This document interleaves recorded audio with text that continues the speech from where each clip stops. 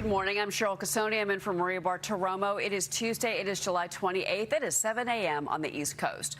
Well, here we go. Less than 100 days to go until the midterm elections, and the campaign trail is heating up. President Trump highlighting the economy and the reshoring of American manufacturing yesterday in Michigan.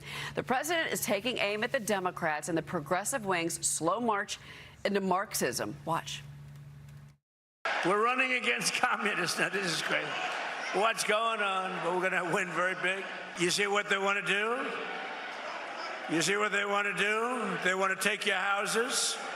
They want to do things that nobody's ever even thought of before. They want to take your money. They want to raise your tax up to 80%.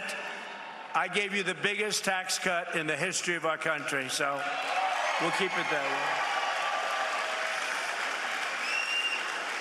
And I said this morning, I see this morning, they also want to fire the police. They don't want police and they don't want prisons anymore. Remember, you go communist, nothing good happens. That's been proven for 1,000 years using different names.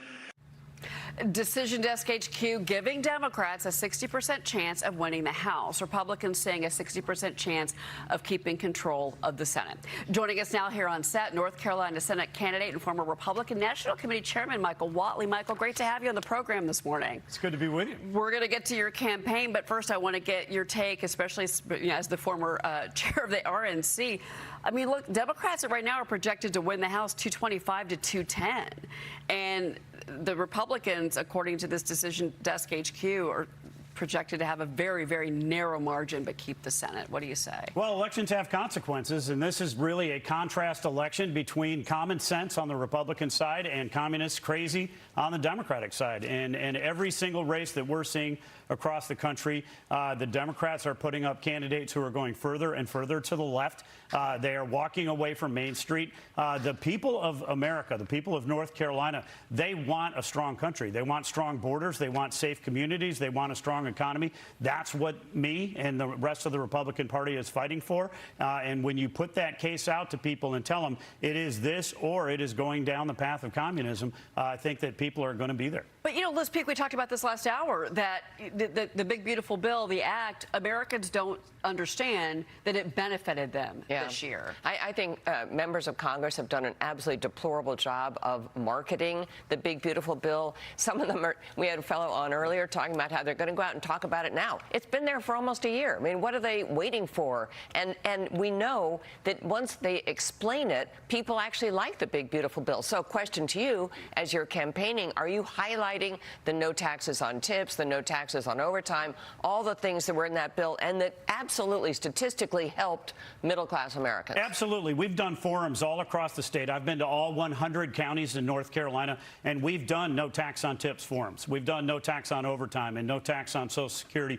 We've had a real conversation about the fact that North Carolina's average household paid $5,700 less on April 15th in taxes than they would have if that bill didn't pass. And my opponent, Roy Cooper, opposed the bill. My opponent, Roy Cooper, raised taxes when he was a legislator. He vetoed 6 different tax cuts as governor and said that he would have opposed the one big, beautiful bill, the working families tax cuts, because he wants North Carolina families to pay taxes higher. He wants them to pay taxes on tips and overtime and Social Security.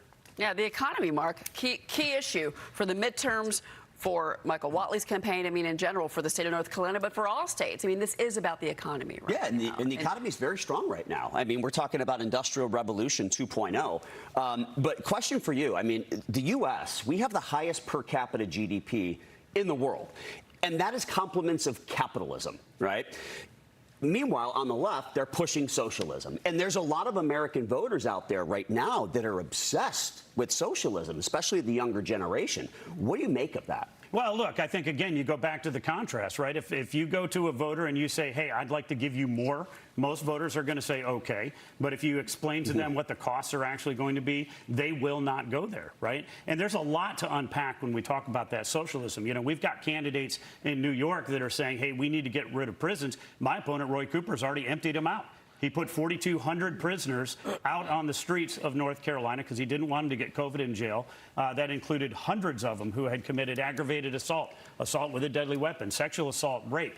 He let over, 100 people that had, or 80 people that had committed murder out on the streets, including 51 who were serving life sentences. And then, of course, what happens when they hit the streets? They go right back to their lives of crime. We saw an absolute surge. Over half of them, 2,200, have been rearrested.